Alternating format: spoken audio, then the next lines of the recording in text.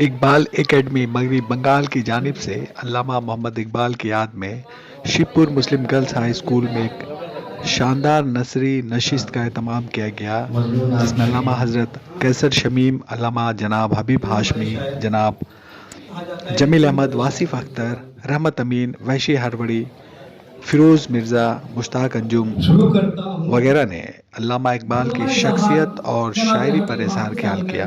इस प्रोग्राम को सजाने संवारने और उसे शानदार इख्तिताम तक पहुंचाने में जावेद मलिक, अहमद जावेद और मुहर्रर अली का अहम रोल रहा है। अहमद जावेद ने प्रोग्राम की नकाबत के फ़राइज़ अंजाम दिए, जबकि जनाब जावेद मजीदी ने मेहमानों का शुक्रिया अदा किया। हज़रत कैसर शमीम ने अल्लामा इकबाल के सिलसिले में अपने ख्यालात से सामीन का दिल जीत लिया। हबीब हाशमी ने और फिरोज़ मिर्ज़ा, फिरोज़ अतर, मुहर्रम अली वगैरह ने भी सामीन पर काफ़ी असर डाला। इस तरह ये प्रोग्राम काफ़ी कामयाब रहा। आइए सुनते हैं इस मौका पर मौजूद कैसर शमीम, मुश्ताक अंजुम और दीगर शुरका ने क्या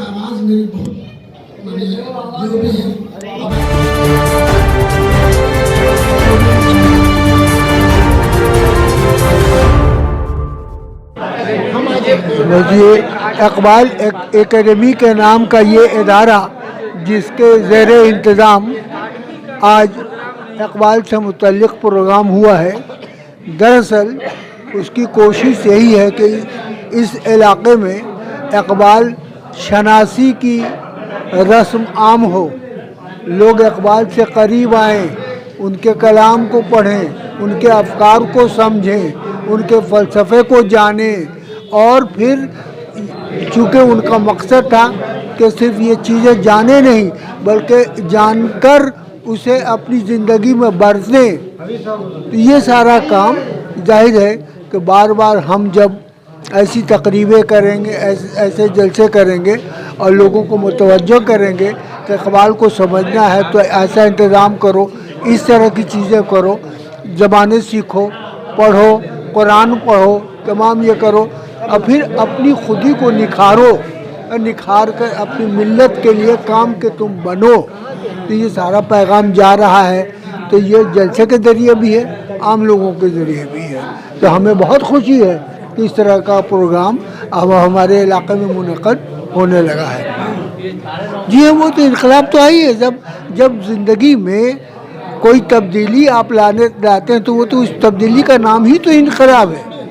तो हम अपनी ज़िंदगी में, मिल्लत की ज़िंदगी में एक इनकलाब लाने की कोशिश करते हैं। यही कोशिश इकबाल ने की थी कि पूरे ममालिक इस्लामिया में जो मिल्लत है वो मिल्लत अपना हुलिया, अपना मिजाज, अपनी तमाम चीज़ें तब्दील करे, बदले और सही मानों में अपने असलाफ के नक्श कदम पर चले, अपनी गैरत को बेदार कर ले, अपनी हमियत को बेदार कर ले।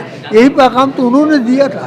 तो ये इनकलाब की राह तो है ही है। देखिए हालात हाज़रा, सियासी हालात, मुल्की हालात, दूसरे तमाम हालात, इन सबों का मुकाबला करने के लिए जाहिर है आपको रोज़ी रोटी हासिल करना है इस मुल्क में।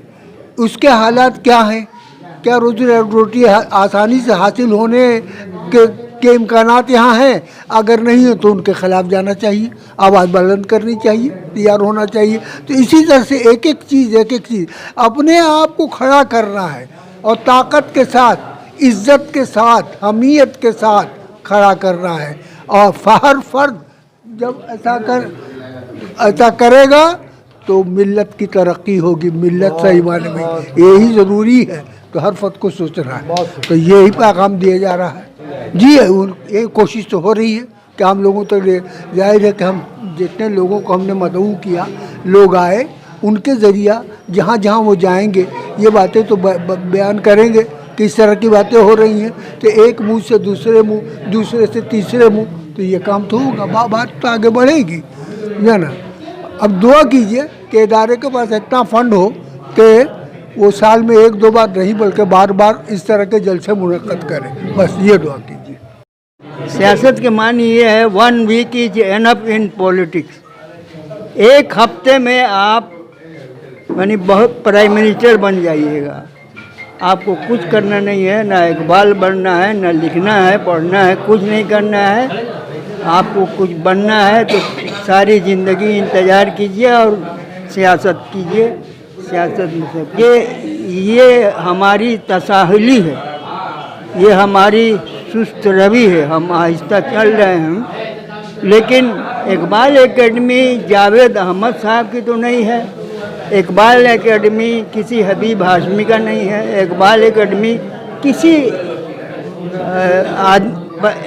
एक आदमी का नहीं है, इकबाल एकेडमी तो इवन आपकी भी है। हमारा मकसद ये है कि हम इकबाल को अपने बच्चों में ज़िंदा करें, इकबाल की शायरी से अपने बच्चों को स्टिमुलेट करें। इकबाल की शायरी के तनाजुम में इकबाल को अगर हमारे बच्चे समझ गए तो समझिए कि दुनिया और आखिरत दोनों संवर गई। सिर्फ इकबाल को समझना है। अस्सलाम वालेकुम। मैं कहने का मुराद ये है कि सबसे बड़ी बात है कि इकबाल एकेडमी बंगाल की तश्कील इसलिए हुई कि हबीब हाशमी ये चाहते थे, इस आज बहुत पहले इनके ये दरीना ख्वाब थी कि एक एकेडमी बने और इसके हवाले से लोगों में इकबाल के जो शख्सियत और उनकी शायरी के मुतालिक बहुत सारी बातें जो है वो तस्हीर हो। तो इसलिए क्या नाम है ये इन्होंने बहुत प्रबोध किया कि जावेद इस तरीके के तश्कील किया जाए। 2012 में हम लोगों ने इकबाल एकेडमी बंगाल की तश्कील की और इसके हवाले से हम लोगों ने कई सेमिनार किए हैं, बेनता सेमिनार किए, यहाँ तक कि हम लोग टिकियापाड़ा, पिलखाना और ये आप खिदिरपुर और गंगेज गार्डन के कम्युनिटी हॉल में बहुत जगहों में बड़े बड़े हॉल में हम लोग किया है, सरस सदन में भी हम लोग किया है। लेकिन चूँकि यहाँ पे एक दुश्वारी हो जाती है कि हम लोग के साथ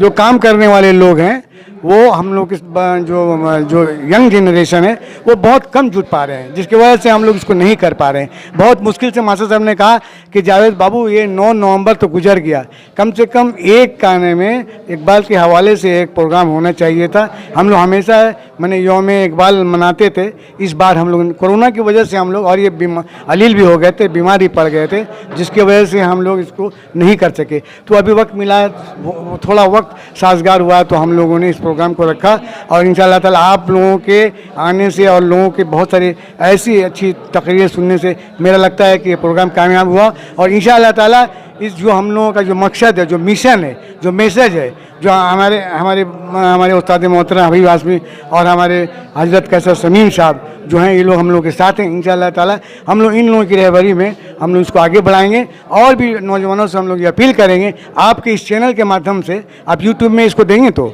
ज़रूर है कि जाहिर है कि इसको यूट्यूब में दीजिएगा और जितने आपके ये इसमें ग्रुप है सब ग्रुप में इसको शामिल कीजिए और कहिए कि आप लोग जुड़ जाइए। जैसे हमारे हबीब हाशमी ने कहा कि जावेद अहमद जावेद का ये इकबाल एकेडमी नहीं है, हबीब हाशमी का इकबाल एकेडमी, सबका इकबाल एकेडमी है, ये सबके लिए, क्योंकि इससे एक जो इकबाल के शख्सियत और उसकी शायरी से जो लोगों में एक मैसेज जाता है वो बहुत ही कौम मुस्लिम के लिए बहुत ज़्यादा है ना, जिंदा है। तो मैं बस यही बात चंद बातों के साथ सबका शुक्रिया अदा करता हूँ जिन्होंने हमारे साथ दिया और जिन्होंने नहीं दिया उसका भी शुक्रिया, आइंदा उनको वक्त मिलेगा तो वो भी देंगे। और आप यहाँ आए इसके लिए भी शुक्रिया, एक आवाज़ पे आप चले आए, है ना, बहुत बहुत शुक्रिया।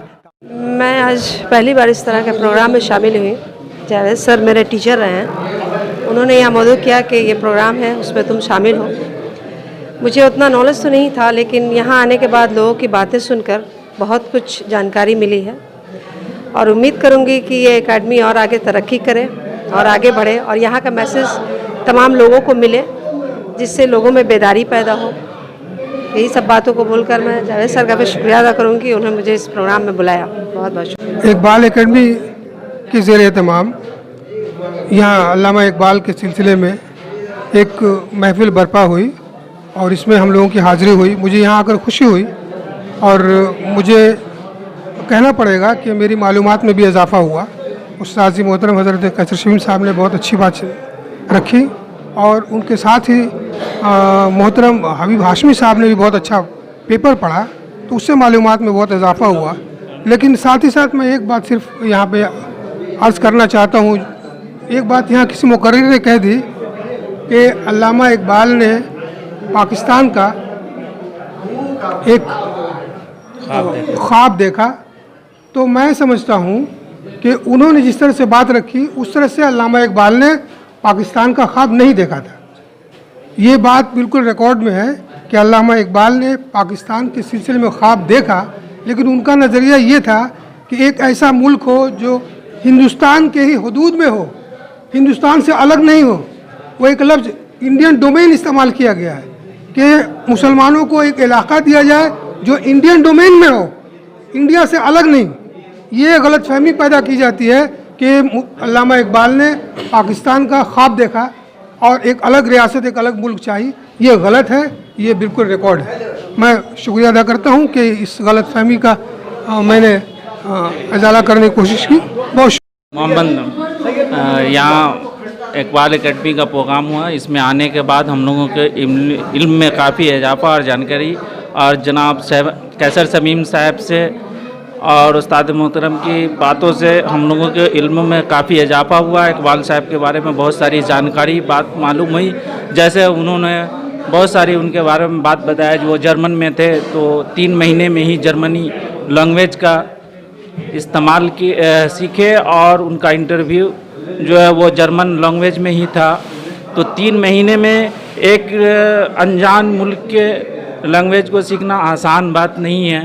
ये उनकी ही शख्सियत थी जो 3 महीने में कंप्लीट करके सीखे। अब्दुल मन्नान बोल रहे हैं। माशाल्लाह बहुत अच्छा प्रोग्राम हुआ और होना चाहिए इस तरह का प्रोग्राम, और इसमें नौजवानों को भी आना चाहिए, इसमें हिस्सा लेना चाहिए।